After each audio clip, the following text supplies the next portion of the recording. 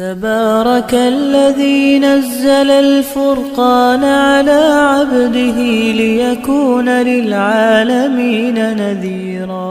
الحمد لله نحمده ونستعينه ونستغفره ونؤمن به ونتوكل عليه ونعوذ بالله من شرور أنفسنا ومن سيئات أعمالنا ونعوذ بالله من شرور أنفسنا ومن سيئات أعمالنا ونعوذ بالله من شرور أنفسنا ومن سيئات أعمالنا من يهده الله فلا مضل له ومن يضلله فلا هادي له ونشهد أن لا إله إلا الله وحده لا شريك له ونشهد أن سيدنا ومولانا محمدا عبده ورسوله صلى الله عليه وعلى آله وأصحابه وبارك وسلم تسليما كثيرا كثيرا. أما بعد فأعوذ بالله من الشيطان الرجيم. بسم الله الرحمن الرحيم. فنادته الملائكة وهو قائم يصلي في المحراب أن الله يبشرك بيحيى مصدقا بكلمة من الله وسيدا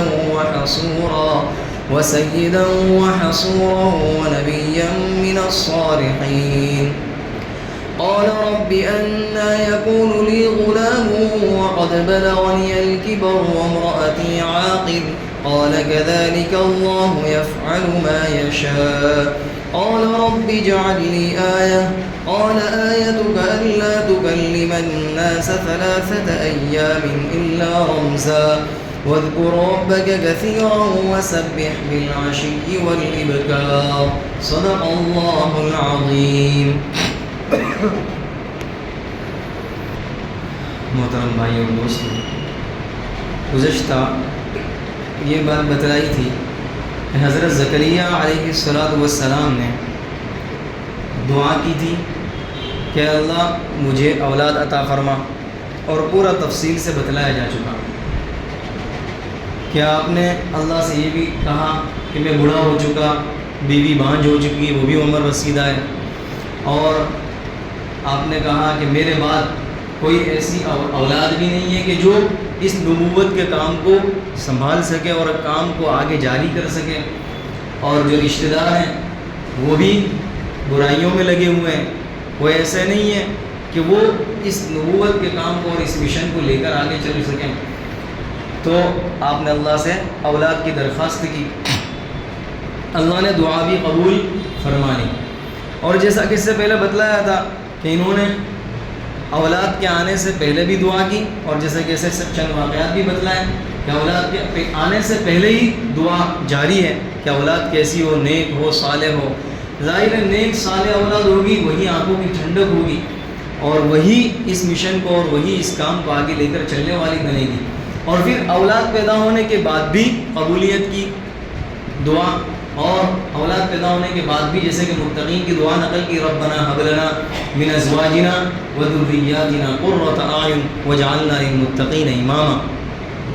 تو یہ دعا بھی ہے. معلوم یہ ہوا کہ ماں باپ کو چاہیے کہ سب اولاد کی تربیت ٹھیک کریں، آنے سے پہلے بھی ایسی دعا ہو کہ اولاد نیک ہو، صالح ہو، ذخیرہ آخرت بنے، نہ کہ ابنائے دنیا میں سے ایسی دعائیں کرنی چاہیے، اور پھر آنے کے بعد بھی اس کے لیے دعا کرنی چاہیے کہ تاکہ اولاد آنکھوں کی ٹھنڈک بنی رہے، اور اس کی پھر اسی طرح تربیت بھی کرنی چاہیے. لیکن آج میں نے بتلایا اس سے پہلے کہ بڑا عجیب منظر ہے، آنے سے پہلے بھی کوئی دعا کا اہتمام نہیں، اور آنے کے بعد بھی بچے کے لیے قبول کروانے کی کوئی فکر نہیں. نہ یہ فکر، بلکہ فکر ہے تو یہ انجینئر ڈاکٹر کیسے بننا چاہیے. کون منع کرتا ہے ڈاکٹر انجینئر بھی بنے، جو بننا ہے بنے، سائنسدان بڑا سے بڑا، لیکن ساتھ ہی ساتھ دینی کوئی فکر نہیں. دینی کوئی فکر نہ ہونے کی وجہ سے وہ جو بچہ ہے پھر وہ پیسے تو کما کر لا کر دے گا، لیکن ماں باپ کی آنکھوں کی ٹھنڈک نہیں بن سکتا۔ ایسے بے شمار واقعات ہیں کہ بچہ کما رہا ہے، خوب کما رہا ہے، لیکن ماں باپ کو اس سے کوئی فائدہ نہیں ہے۔ ماں باپ یہاں ہے، بچہ کہیں اور ہے، اور وہ کیا کرے گا؟ پیسے کو چاٹے گا وہ۔ تو خیر ایسے بہت سے ماں باپ ہیں جو اپنے بچوں سے تنگ ہیں، اور میں نے اس سے پہلے بتلایا تھا ایسے بچے کہ گلے میں کانٹے کے مثل ہے کہ وہ کانٹا نگل بھی نہیں سکتا اور باہر بھی نہیں پھینک سکتا۔ تو ایسے تنگ ماں باپ، تو ماں باپ کی کمزوری یہ ہے کہ بچے کی جیسی تربیت کرنی چاہیے تھی بچپنے میں ایسی تربیت نہیں ہوتی۔ اب جیسے مثال کے طور پر اگر اتران آ گئی، اب بچے نے کہا کہ مجھے پتنگ چاہیے، تو باپ یہ کہے گا یا دادا یہ کہے گا کہ ابھی تو بچہ ہے، ابھی اس کی تمنا، اس کی خواہش پوری کر دو، وہ بڑا ہو جائے گا پھر کریں گے، دیکھیں گے۔ تو اس بچے کی دیوالی میں پٹاخے بھی لا کر دیے، اتران میں، اور جتنی جو خواہش اس کی تھی وہ سب پوری کی جا رہی ہے۔ گویا کہ اللہ کو ناراض کیا جا رہا ہے اور اس بچے کو خوش کیا جا رہا ہے۔ تو کل کو اللہ تعالیٰ یہ دن دکھلائے گا کہ وہ بچہ ناراض کرے گا، یہ چونکہ اس نے ایک اس بچے کو خوش کیا، اللہ کو ناراض کر کے وہ دن بھی اللہ تعالیٰ دکھائے گا کہ پھر یہی بچہ اس پر مسلط کر دیا جائے گا اور پھر یہی ناراضگی کا سبب بنے گا۔ اس لیے ہونا تو یہی چاہیے کہ بچے کی ٹھیک طریقے سے تربیت ہونی چاہیے، اور پھر دعا کا اہتمام بھی ہونا چاہیے جیسا کہ یہاں پر بتلایا گیا۔ پھر اللہ تعالیٰ نے دعا تو قبول فرما لی، فنادتہ الملائکہ، چنانچہ فرشتے نے حضرت زکریا علیہ السلام کو پکارا، وَهُوَ قَائِمٌ يُصَلِّي فِي الْمِحْرَابِ، اور وہ کہاں تھے؟ محراب میں نماز ادا کر رہے تھے۔ اب یہ محراب کا مطلب، یہ جو محراب اس کو کہا جاتا ہے یہ محراب نہیں، بلکہ نبی علیہ السلام کے زمانے میں بھی محراب کا کوئی تصور نہیں تھا، اس زمانے میں بھی محراب نہیں تھا جیسے کہ اس کو محراب کہا جاتا ہے۔ یہاں محراب سے مراد کمرہ ہے، کہ جس کمرے میں یہ آپ عبادت کر رہے تھے اس کمرے میں کھڑے ہو کر نماز پڑھ رہے تھے، وہیں فرشتے نے آپ کو پکارا۔ یہ جو محراب ہے یہ تو حضرت عمر ابن عبدالعزیز رحمۃ اللہ علیہ، یہ انہوں نے اس کو جاری کیا تھا اور پھر وہیں سے یہ محراب چل پڑا، ورنہ آپ صلی اللہ علیہ وسلم کے زمانے میں بھی اس کا تصور نہیں تھا۔ تو یہاں جو محراب کہا ہے یہ محراب نہیں ہے بلکہ اس سے مراد کمرہ ہے، جس کمرے میں عبادت کرتے تھے حضرت زکریا علیہ السلام۔ تو فرشتے نے پکارا، کیوں پکارا؟ ان اللہ، خوشخبری دینے کے لیے، ان اللہ یبشرک بیحییٰ، کہ اللہ تعالیٰ تمہیں خوشخبری دیتا ہے یحییٰ کی۔ دیکھیے یہاں پر ابھی تو بچہ پیدا ہوا ہی نہیں ہے، ابھی ہونے والا ہے، ابھی تو حمل بھی ٹھہرا نہیں ہے، ابھی تو خوشخبری دی جا رہی ہے، اور اللہ تعالیٰ نے پہلے سے ہی نام اس کا کیا رکھ دیا؟ یحییٰ۔ اور اس سے پہلے آپ نے پڑھا حضرت عمران کی بیوی کہ انہوں نے پیدا ہونے کے بعد بچی کا نام رکھا مریم، پیدا ہونے کے ساتھ، جیسا کہ اوپر ہی ذکر آیا وَإِنِّي سَمَّيْتُهَا مریم، یہاں پیدائش کے بعد فوراً نام رکھا، اور یہاں پیدا ہونے سے پہلے ہی، اور حضرت نبی علیہ السلام کا بھی نام پیدا ہونے سے پہلے اللہ نے کہا نام رکھ دیا تھا اسمہ احمد۔ تو معلوم یہ ہوا کہ یہ کوئی ضروری نہیں ہے، پیدا ہونے سے پہلے بھی نام رکھا جا سکتا ہے اور پیدا ہونے کے وقت بھی نام رکھا جا سکتا ہے، اور یہ بھی کیا جا سکتا ہے کہ 7 دن کے وقفے سے 7 دن یا 14 دن یا 21 دن، اور پھر عقیقہ وغیرہ، تو اس طرح بھی کیا جا سکتا ہے۔ ایسا نہیں کہ ہفتے بھر اس کا بغیر نام کا بچہ، تو یہ بھی کیا جا سکتا ہے، پیدا ہونے سے پہلے بھی، پیدا ہونے کے وقت بھی، اور 7 دن، یہ بھی درست ہے۔ تو اللہ تعالیٰ نے خوشخبری دی یحییٰ علیہ السلام کہ ہم نے اس کا نام یحییٰ رکھا ہے، اور یہ ایسا نام تھا کہ اس سے پہلے کسی کا نام نہیں رکھا، جیسا کہ سورہ مریم میں اس کی وضاحت ہے۔ تو یہ یحییٰ اللہ نے نام رکھا۔ اب ان کے اوصاف بتلائے، دیکھیے اوپر دعا تھی ماں باپ کی دعا تھی کہ بچہ اچھا ہو، نیک صالح ہو، تو اللہ تعالیٰ نے اسے قبول کر لیا۔ جس طرح حضرت مریم کی والدہ کی دعا تھی تو حضرت مریم قبول ہو گئی اللہ کے یہاں، تو ان کے لیے بھی بڑا اہتمام کیا، ان کی رزق کا اہتمام جیسا کہ گزرا۔ تو اللہ تعالیٰ نے ان کے اوصاف بتلائے کہ اب یہ جو یحییٰ ہے وہ کیسا ہوگا، تو اب یہ قبولیت مصدقا بکلمۃ من اللہ، کہ یہ اللہ کے کلمے کی تصدیق کرنے والا ہوگا۔ یہ کلمۃ اللہ، یہ لقب ہے حضرت عیسیٰ علیہ السلام کا۔ حضرت عیسیٰ کا لقب ہے کلمۃ اللہ، جیسا کہ ہر نبی کے لقب ہے، حضرت ابراہیم خلیل اللہ، پھر اسی طرح سیف اللہ، یہ جتنے بھی انبیاء ہیں ہر ایک کا اپنا اپنا ایک لقب ہے۔ تو حضرت عیسیٰ کا جو لقب ہے وہ کلمت اللہ. کیوں کلمت اللہ؟ یہ اللہ کا کون کلمہ ایسے پیدا ہوئے ہیں اس لیے کہ ان کے کوئی باپ تو تھے نہیں, والد تھے نہیں. پورا تفصیل سے واقعہ یہ بھی آگے آ رہا ہے, آگے آ جائے گا کہ حضرت جبرائیل علیہ الصلوۃ والسلام آئے اللہ کے حکم سے باذن اللہ, اور اللہ کے حکم سے آ کر حضرت مریم کی جو گریبان ہے وہاں پر پھونک ماری تو جس سے حمل ٹھہر گیا. تو اور اس سے پھر حضرت عیسیٰ پیدا ہوئے.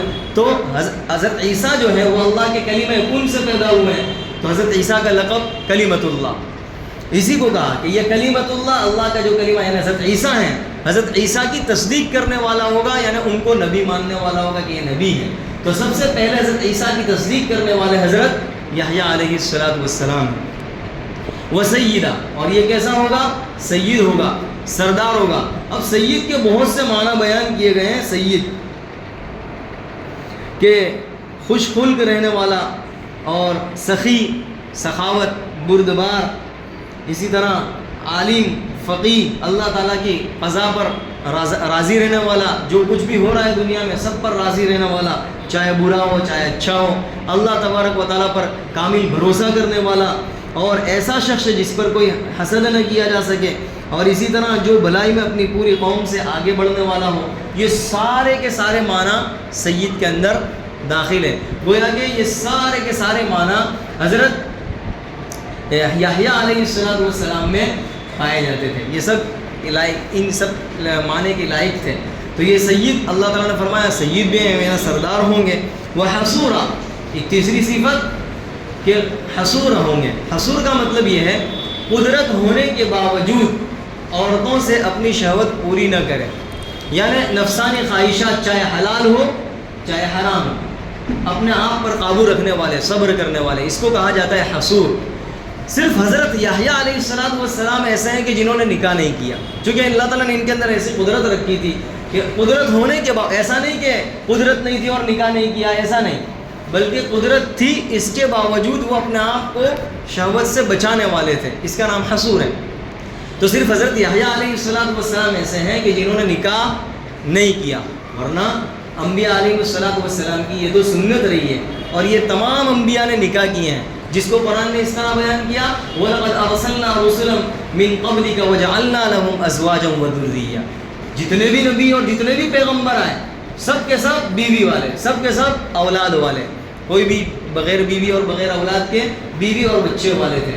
تو یہ تو حضرت یحییٰ کی ایک خصوصیت تھی کہ انہوں نے نکاح نہیں کیا, اللہ نے ان کے اندر ایک یہ صفت رکھی تھی, ورنہ یہ نکاح تمام انبیاء علیہ السلام کی سنت رہی ہے. اور نکاح عام حالت میں سنت ہے, ورنہ ایسی حالت بھی آتی ہے کہ نکاح واجب ہو جاتا ہے. ایسا بندہ ہے کہ اس سے قابو اور کنٹرول رہتا نہیں ہے. ہو سکتا ہے کہ یہ گناہ میں مبتلا ہو جاوے, زنا میں مبتلا ہو جاوے. تو اگر زنا میں مبتلا ہونے کا خدشہ ہے, اندیشہ ہے, تو ایسے شخص پر تو نکاح کرنا کیا ہو جائے گا؟ واجب ہو جائے گا. سمجھ گئے؟ تو ایسے شخص پر نکاح کرنا امام ابو حنیفہ رحمۃ اللہ علیہ جیسا فرماتا ہے عام حالات میں کہ بھئی گناہ میں پڑھنے کا بھی اندیشہ نہیں ہے تو سنت ہے, اور اگر پڑھنے کا اندیشہ ہے کہ کہیں کیا کہتے اپنی زبان میں کوفان کر دے گا تو پھر نکاح واجب ہو جاتا ہے, پھر تو نکاح واجب ہو جائے گا. لیکن استطاعت بھی ہونی چاہیے, جیسے کہ حدیث شریف میں ہے کہ جس کے اندر طاقت ہو, قوت ہو, تو وہ نکاح کرے. اور فمن لم یستطع, اس لیے کہ نکاح جو ہے وہ آنکھوں کی حفاظت کا, بد نظری سے بھی حفاظت کا ایک ذریعہ ہے, اور شرمگاہ کی حفاظت کا ذریعہ ہے. اور اگر کسی کے اندر طاقت نہیں ہے, یعنی وہ اپنے آپ کو قابو بھی نہیں رکھ پاتا, اب کیا کرے, اور اس کے اندر یہ طاقت بھی نہیں ہے کہ خود کا تو پورا نہیں کر سکتا, اب دوسری کو لائے گا تو کیا کرے گا, ایسا بھی ہوتا ہے. تو اب کیا کرے, تو آپ نے اس کا بھی حل بتلا دیا, اس کا بھی علاج بتلا دیا کہ وہ روزہ رکھے. فَمَن لَّمْ يَسْتَطِعْ فَعَلَيْهِ بِالصَّوْمِ فَإِنَّهُ لَهُ وِجَاءٌ. روزہ رکھے, اس لیے کہ روزہ رکھنے کی وجہ سے شہوت دب جاتی ہے. جیسے کہ ہماری حالت دیکھتے ہیں نا, رمضان میں روزے رکھتے تو اگر کوئی اس طرح کیا اپنا مغز پھرانا آ جائے تو کیا جواب ملتا ہے, شانتی رکھیے, روزہ ہے, دماغ مت پھرائیے, حالت خراب ہو جائے گی. تو آدمی روزے میں بالکل نڈھال ہو جاتا ہے, پانی وانی نہیں پیتا, اور پھر سخت گرمی کا موسم ہو تو روزے کی وجہ سے شہوت دب جاتی ہے. آپ نے اس کا علاج یہ بتلا دیا. غرض یہ کہ نکاح جو ہے انبیاء کا طریقہ ہے اور انبیاء کی سنت رہی ہے, جیسا کہ حدیث شریف میں بھی ہے کہ 4 چیزیں ہیں جو انبیاء کی طریقوں میں سے رہی ہے, انبیاء کی سنت میں سے. عطر لگانا, مسواک, شرم و حیا اور نکاح, یہ 4 چیزیں. شرم و حیا. شرم و حیا ہونی چاہیے. ویسے مردوں کے مقابلے میں عورتوں میں زیادہ شرم و حیا ہوتی ہے، لیکن آج کل تو دیکھا جائے بڑا عجیب منظر ہے. ایسا لگتا ہے کہ ہم کچھ نیچے آنکھیں کر لینی پڑتی ہے. بڑا خطرناک منظر ہے، بہت خطرناک ماحول ہو چکا. ویسے مردوں کے مقابلے میں عورتوں میں شرم حیا ہوتی ہے. اس سے کچھ سال پہلے 20-30 سال پہلے کی بات کریں، حضرت مولانا شریف علی تھانوی رحمۃ اللہ علیہ، اس قدر عورتوں میں شرم و حیا ہوتی تھی.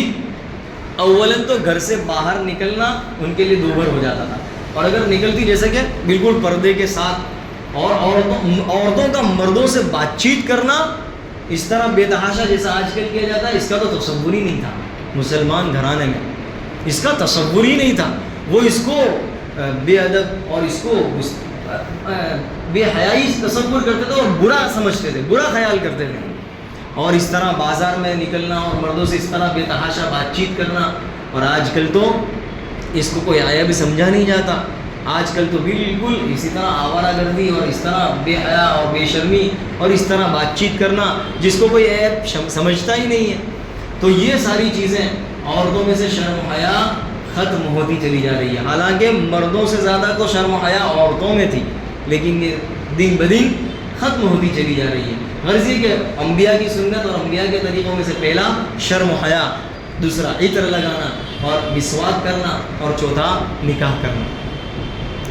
تو اللہ تعالیٰ نے جو صفت ان کی بیان فرمائی یحییٰ علیہ السلام کی، مصدقا بکلمۃ اللہ، حضرت عیسیٰ کلمۃ اللہ جو حضرت عیسیٰ کا لقب ہے ان کی تصدیق کرنے والے. دوسری وسیدہ، اس کے سارے معنی بتلا دیے گئے، سردار ہوں گے وغیرہ.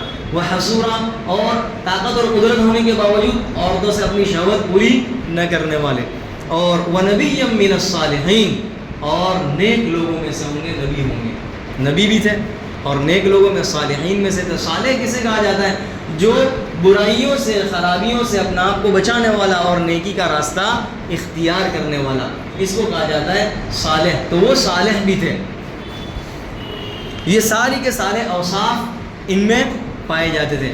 دیکھیے یہ اپنے والد کی دعا کی قبولیت کی علامت. معلوم ہوا کہ ماں باپ کی دعا زیادہ بچے کو لگتی ہے، ماں باپ کو. اسی لیے عام طور پر جو ہے نا عورتیں کوستی رہتی ہے نا، جو تیری میت پڑے تو مرتا نہیں ہے، تیرا ناس ہو. بہت سی عورتیں تنگ آنے کے بعد اپنے ہی بچے کو خود بد دعا دیتی ہے، یا والد اپنے ہی بچے کو کہ کب سے پریشان کرتا ہے، یہاں سے دفع ہو جا، یا مر جا، مرتا ہی نہیں ہے. ایسی عورتیں جو تنگ آ کر غصے میں ایسی بد دعائیاں دے دیتی ہے. اب بد دعا دینے کے نتیجے میں پھر ایسا ہی اس بچے کے ساتھ جب ہو جاتا ہے تو پھر روتی ہے، یہ کیا ہو گیا؟ خود ہی اپنی بد دعا کا نتیجہ ہے کہ جب ایسا، اس لیے کہ بعض مرتبہ دعا کی قبولیت کی گھڑیاں ہوتی ہے، اور اسی قبولیت کی گھڑی کے اندر اس نے اپنی اولاد کو بد دعا دے دی. تو ہونا یہ چاہیے کہ کم از کم جب تنگ ہو جائے، غصہ آ جائے، تو کم از کم یوں دعا دینی چاہیے، جا تیرے کو اللہ تعالیٰ امام بناوے، ایسی جا اللہ تعالیٰ تیرے کو متقی اور پرہیزگار بناوے تو دعا قبول ہو جائے گی. اللہ تعالیٰ تجھے فرما بردار بناوے. ایسی غصے کے اندر ایسی اچھی دعا کرنی چاہیے، نہیں ہے کہ اس کے لیے بد دعا کرنی چاہیے کہ جس کے نتیجے میں خود بھی پریشان، اولاد بھی پریشان. تو انسان کو چاہیے کہ وہ دعا دینے والا بنے، بد دعا دینے والا نہ بنے، اس لیے کہ ماں باپ کی دعا اولاد کے حق میں زیادہ قبول ہوتی ہے. قال ربی، اب دیکھیے پھر آگے جب حضرت زکریا علیہ السلام کو بتلا دیا گیا، فرشتوں نے اگر خوشخبری دے دی کہ آپ کو اولاد ہوگی، آپ کی دعا قبول ہو گئی اور بچے کی یہ صفات ہوگی، تو خوش ہو گئے. خوشخبری سننے کے ساتھ اب انہوں نے اللہ تعالیٰ سے کہا کہ یا اللہ میں تو بوڑھا ہوں، میری بیوی بھی بوڑھی ہے، بانجھ ہے، اور 100 سال کے تو ہو چکے تھے، اور میری بیوی بھی بوڑھی ہے، اب مجھے اولاد کیسے ہوگی؟ اولاد کی کیفیت کے متعلق پوچھا، اولاد کیسی ہوگی؟ تو قال ربی، اسی کو کہا، یعنی تعجب میں مبتلا ہوا ہے، ہوتا ہے نا انسان کو اپنے بھی، جیسے کہ بار بار کوئی چیز ہوتی نہ ہو یا کوئی چیز سالوں سے ملتی نہ ہو، اور جب سالہ سال سے ملتی نہیں ہے اس کی کوشش میں لگا ہو، اور کوئی آدمی آ کر خوشخبری دے گئے، دیکھو وہ فلاں چیز نہیں ملتی تھی مل گئی، یا نہیں ہو رہی تھی ہو گئی، کیا بات کرتا ہے سچی میں؟ آدمی 2-3 مرتبہ پوچھتا ہے تعجب میں آ کر کہ بھئی ایسا تو تھا نہیں، اتنے سال سے تو ایسا ہے کہ نہیں ہے؟ تو اب یہ بھی تعجب میں مبتلا ہو گئے.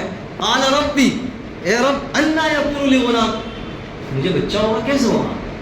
یعنی میرے یہاں جو بچہ ہوگا کیسے ہوگا؟ آپ پہلے تو دعا کر چکے تھے اب خوشخبری دے دی تو پھر تعجب میں مبتلا. سوال پیدا ہوتا ہے نا کہ خود ہی تو پہلے کہہ چکے تھے کہ میں بوڑھا ہوں, میری بیوی بوڑھی ہے, مجھے بچہ پیدا اولاد, اور اللہ تعالیٰ کی طرف سے خوشخبری بھی سنا دی, تو اب تعجب میں سوال ہی پیدا نہیں ہوتا. تو اس کا جواب ہی ہے کہ ایک جواب تو یہ دیا گیا ہے, ایک جواب تو کہ وہ کیفیت کے متعلق پوچھنا چاہتے تھے کہ مجھے جو اولاد ہوگی تو وہ اسی بوڑھی عورت سے اسی حالت میں ہوگی, یا یہ کہ مجھے دوسری جوان عورت سے نکاح کرنا ہوگا. تو وہ اس طرح کیفیت کے متعلق پوچھ رہے تھے. انا یکون لی غلام وقد بلغنی الکبر, کہ تحقیق کہ میں تو بوڑھا ہو چکا ہوں, وامرأتی عاقر, اور میری بیوی جو بانجھ ہے, تو کیسے ہوگا؟ تو کیفیت کے متعلق ایک جواب تو یہ. دوسرا جواب یہ کہ شوق, انتہائی شوق کی وجہ سے. ایک جواب تو یہ دیا گیا کہ انسان کی فطری تقاضا اور بشری تقاضے کی وجہ سے زبان سے ایسے ہی بے ساختہ کلمہ نکل گیا کہ کیسے ہوگا. اور تیسرا جواب وہی شوق کے اندر, انتہائی آدمی شوق کی وجہ سے یہ سوال کر بیٹھے کہ اللہ تعالیٰ مجھے کیسے ہوگا. اور جیسا کہ عام طور پر ایسا ہوتا ہی ہے, میں نے بھی بتلایا نا کہ انسان کے یہاں اگر مان لو کہ بچہ پیدا نہ ہوتا ہو, یا بچہ گم ہو گیا ہو, یا ایسی اور کوئی چیز قیمتی نہ مل رہی ہو, تو پھر آدمی کیا کرتا ہے, اگر کوئی خوشخبری سنا دے تو 3-4 مرتبہ تو ایسے ہی سوال کر دیتا ہے, ایسا ہے, ہوگا, کہاں ہے, کیسے ہے, ایسے ہی. تو بس ایسا ہی ان کے ساتھ بھی ایسا ہی ہوا, تو انہوں نے بھی ایسے ہی سوال کر لیا.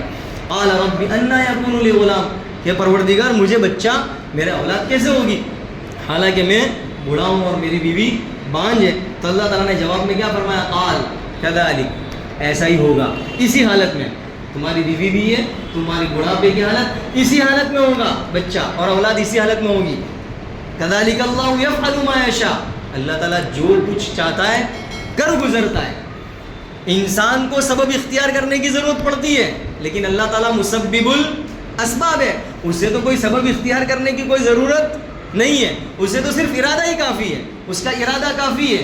تو اللہ تعالیٰ فرماتا ہے بس میں نے ارادہ کر لیا, تمہیں بچہ دینا ہے, اولاد دینی, ہم نے ارادہ کر لیا. قال کذالک اللہ یفعل ما یشاء, اب ہم جس طرح بھی دے دیں گے آپ کو اولاد. لیکن پھر بھی نہیں, آدمی لگ جاتا نا پیچھے, یہ بتانا وہ چیز کا ہے, یہ بتانا مل جائے گی, شانتی رکھ 3 دن بعد ملے گی, بتا دینا کتنے روپے لے گا, 2000 روپے 1000 روپے بتا دینا. تو اب یہاں پر بھی اطمینان قلب, آدمی جب ملتی ہے نا, نہیں ملتی ہو ایک چیز تو پھر ملتی ہو, تو قال ربی, پھر اللہ تعالیٰ سے کہا, دوسری مرتبہ بھی اللہ تعالیٰ نے بشارت دے دی.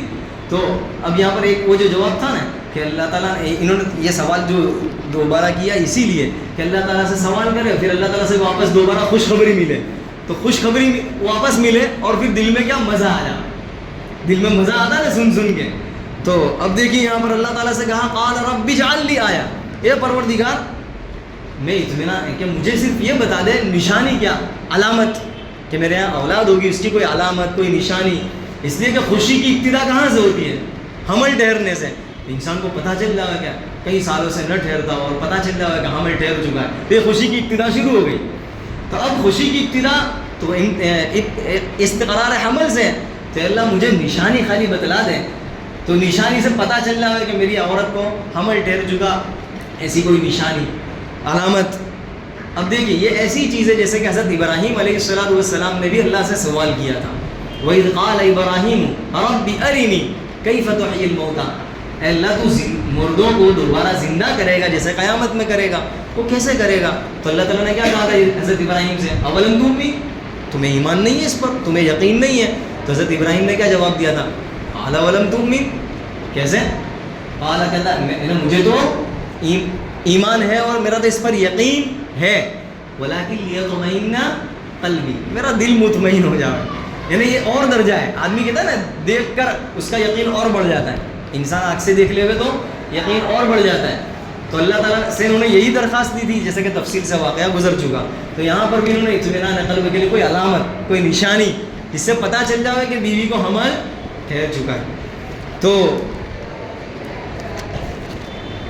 اللہ تعالیٰ نے نشانی بھی بتلا دی. قال آیتک الا تکلم الناس 3 ایام الا رمزا, علامت اور نشانی تمہیں یہ ہو, تمہاری یہ ہوگی کہ تم لوگوں سے 3 دن 3 رات بات چیت نہیں کرو گے, یعنی کسی سے بات نہیں کر سکو گے, زبان سے بات کرنا چاہو گے بھی تو بھی 3 دن. یہاں 3 دن کا تذکرہ ہے, سورہ مریم میں 3 رات کا بھی ذکر ہے, اس لیے میں نے ترجمہ اس طرح کیا, 3 دن 3 رات تم کسی سے بات نہیں کر سکو گے, گفتگو بول چال نہیں ہوگی. اور ہاں صرف زبان اشارے سے، سر کے اشارے سے، ہاتھ کے اشارے سے بات کر سکو گے، ورنہ زبان تمہاری بند ہو جائے گی، بات چیت نہیں کر سکو گے۔ ایام الا رمضان، ہاں البتہ تم عبادت کر سکو گے، تم ذکر کر سکو گے، اللہ کا نام لے سکو گے، تو اس وقت تم ان ایام میں خوب اللہ کی عبادت کرنا۔ معلوم یہ ہوا، دیکھیے جب انسان کو کوئی نعمت مل جائے، اب نعمت ایک ہی نہیں ہے، اولاد کی شکل میں نعمت مل جائے، مال کی شکل میں نعمت مل جائے، جس شکل میں نعمت مل جائے، دین کی شکل میں کہ اللہ تعالیٰ کی طرف سے دین میں لگنے کی توفیق مل جائے، جس شکل میں انسان کو اگر کوئی نعمت مل جائے تو انسان کو چاہیے وَاذْكُرْ رَبَّكَ كَثِيرًا وَسَبِّحْ بِالْعَشِيِّ وَالْإِبْكَارِ، جو یہاں پر بتلایا گیا۔ نہیں ہے کہ مال مل گیا، اولاد مل گئی تو اب تو کون میں کون، سر پیر جو ہے زمین سے کھسک گئے، اب ہوا میں اڑنے لگے۔ اب مسجد میں تو پہلا آتا تھا، اب مسجد میں آنا بند، پہلے تو دعا کی توفیق ملتی تھی، اب دعا بھی چلی گئی، پہلے تو 5 وقت کی توفیق ملتی تھی، اب دھندا اتنا بڑا اتنا بڑا اتنا بڑا کہ فیکٹری اور فیکٹری سے پتہ نہیں کارخانے پتہ نہیں کیا کیا، تو اب دور 5 ٹائم کی، اب نماز کا ٹائم ہی نہیں ملتا، اب تو قرآن کا ٹائم نہیں ملتا۔ تو یہ تو ایسا ہوا کہ اللہ کی طرف سے نعمت نہیں ہے، یہ یاد رکھیں، جس نعمت آدمی کو اگر کوئی چیز مل جائے اور مل جانے کے بعد اگر وہ عیاشی میں اور ادھر ادھر برائیوں میں مبتلا ہو جائے تو یاد رکھو وہ مال وہ چیز اس کے لیے نعمت نہیں ہے، وبال ہے، اور اگر وہ چیز اسے اللہ کی طرف اور آگے بڑھا دے یہ نعمت ہے اس کے لیے، کہ مال ملا لیکن عیاشی میں نافرمانیوں میں نہیں جا رہا ہے بلکہ اور نیک کاموں میں لگ رہا ہے، تو اس بات کی دلیل ہے کہ یہ نعمت جو ہے وہ نعمت ہے، یہ وبال نہیں ہے۔ ورنہ تو قارون جتنے بھی لوگ تھے، حامان، سب کے پاس بہت بڑی دولت تھی، فرعون کے پاس، لیکن یہ نعمت نہیں تھی، یہ ان کے لیے وبال تھا۔ تو ایسا نہ ہو کہ یہ بھی ہمارے لیے وبال ہو، انسان کے لیے آسانی سے جانچنے کی چیز ہے کہ انسان کو کوئی نعمت ملی، اچھی چیز ملی، اور نعمت ملنے کے بعد یا اچھی چیز ملنے کے بعد مزید اللہ کی طرف توجہ بڑھ گئی، مزید رجوع کی توفیق مل گئی، تو یہ نعمت ہے، ورنہ نعمت نہیں ہے، اس کے لیے وبال ہے۔ تو یہاں پر دیکھیے اللہ تعالیٰ نے کیا فرمایا کہ تم جو ہے اللہ تعالیٰ کی خوب ذکر کرنا اور خوب اللہ تعالیٰ کی طرف رجوع کرنا، انابت کرنا، وَاذْكُرْ رَبَّكَ كَثِيرًا، تم خوب اللہ کا ذکر کرنا، یہ کر سکو گے، باقی سب بول چال نہیں ہوگی۔ وَسَبِّحْ بِالْعَشِيِّ وَالْإِبْكَارِ، صبح شام، صبح شام کا مطلب ایسا نہیں کہ صبح ہوئی تو صبح کی نماز بعد میں، ایسا نہیں، بلکہ صبح شام سے مطلب 2 ہی ہوتا ہے نا، یا تو رات ہوتی ہے یا دن ہوتا ہے، مطلب یہ کہ تم پورا دن جو ہے اللہ کا کثرت سے ذکر کرنا، اس کی تسبیح بیان کرنا کہ اللہ تعالیٰ نے جو چیز نہیں ہو رہی تھی اور اتنے سالوں سے، اور یہ ممکن نہیں ہے کہ بوڑھا ہو جائے آدمی 100 سال کا اور بیوی بھی بوڑھی ہو جائے اور بچہ ممکن نہیں ہے ہونا، لیکن اللہ تعالیٰ جب دے رہا ہے تو پھر اس کی شکر اور اس کے حمد و ثنا اللہ تعالیٰ سے کرنی چاہیے۔ تو اللہ تعالیٰ ہر چیز پر قدرت رکھتا ہے۔ جیسا کہ دیکھیے یہ حضرت ابراہیم کا واقعہ، ان کے یہاں بھی اولاد نہیں ہو رہی تھی، حضرت اسماعیل پیدا ہوئے، اسی طرح اور ابراہیم کو تو بہت سالوں بعد اگرچہ دوسری بیوی سے لیکن بچہ ملا، بڑھاپے میں ملا۔ اسی طرح یہاں پر بھی 2 واقعے ہیں، حضرت مریم والا، امرات عمران، ان کو یہاں بھی اولاد نہیں ہو رہی تھی، دعا مانگی مل گئی۔ اور تیسرا قصہ حضرت زکریا علیہ السلام کا، ان کے یہاں بھی اولاد نہیں ہو رہی تھی، سب کو بڑھاپے میں ملے۔ معلوم ہوا کہ اللہ تعالیٰ سے ہی انسان کو مانگنا چاہیے، تدبیر اختیار کرنی چاہیے، سبب اختیار کرنا چاہیے، سبب پر بھروسہ نہیں کرنا چاہیے، سبب اختیار کر کے بھروسہ اللہ پر کرنا چاہیے، نتیجہ اللہ کے حوالے، کہ میں نے جو سبب اختیار کرنا تھا کر لیا، اے اللہ سبب میں تاثیر پیدا کرنے والا، سبب میں اثر ڈالنے والا تو ہے۔ دوا تو کھا لی لیکن دوا کھانے کے بعد کہیں ری ایکشن نہ پھیلے، بلکہ جس مقصد سے دوا کھائی ہے اس کو مقصد میں پورا کر دے۔ تو یہ ساری کے سارے مسبب الاسباب اللہ تبارک و تعالیٰ ہے۔ انسان کو اللہ تعالیٰ ہی پر بھروسہ کرنا چاہیے، اسی کے گن گانے چاہیے اور اسی سے لو لگانی چاہیے اور اسی کی حمد و ثنا کرنی چاہیے۔ اگلی آیت میں حضرت مریم کی جو مناقب فضائل ہے اسی کو دوبارہ بیان کیا، انشاءاللہ اسے آئندہ بیان کیا جائے گا۔ اللہ تعالیٰ مجھے اور آپ کو عمل کی توفیق عطا فرمائے۔ سبحانک اللہم و بحمدک و تبارک اسمک و تعالی جدک و لا الہ غیرک۔ اللهم صل على سيدنا ومولانا محمد كما صليت على ابراهيم وعلى ال ابراهيم انك حميد مجيد. اللهم بارك على سيدنا ومولانا محمد كما باركت على ابراهيم وعلى ال ابراهيم انك حميد مجيد. اے اللہ ہمارے گناہوں کو معاف فرما، خطاؤں سے درگزر فرما، یقیناً ہم گنہگار ہیں اے اللہ، سر کے بالوں سے لے کر پیر کے ناخن تک گناہوں کی گندگیوں میں ملوث ہیں اے اللہ، ہماری زندگی کیسی گزر رہی ہے، ہم کتنے نافرمان ہیں، ہم کتنے تجھے ناراض کر رہے ہیں اے اللہ، ہم کتنی تیری نعمتیں استعمال کر کے اے اللہ جو قوت اور طاقت حاصل ہوتی ہے ہم ان طاقت اور قوت کو تیرے مقابلے میں استعمال کر رہے ہیں، یہ ساری چیزیں تیرے سامنے ہیں، ان سب کے باوجود تو ہمیں نبھائے ہوئے ہے اے اللہ، ان سب کے باوجود تو اپنا فضل و کرم فرمائے ہوئے ہے، ان سب کے باوجود تو ہمیں نیکی کی توفیق دے رہا ہے اے اللہ، یہ تیرا فضل کرم ہے اے اللہ، تو ہمیں گناہ سے بچنے کی توفیق عطا فرما دے اے اللہ، یقیناً یہ گناہ ایسے ہیں کہ ان گناہوں کی نحوست کی وجہ سے انسان تجھ سے دور ہو جاتا ہے، تجھ سے تعلق ختم ہو جاتا ہے، نیکیوں کی توفیق سلب ہو جایا کرتی ہے اے اللہ، نماز کی توفیق سلب ہو جاتی ہے، تلاوت کی توفیق سلب ہو جاتی ہے اے اللہ، بہت سے نیک کاموں کی توفیق ان گناہوں کی نحوست کی وجہ سے سلب ہو جاتی ہے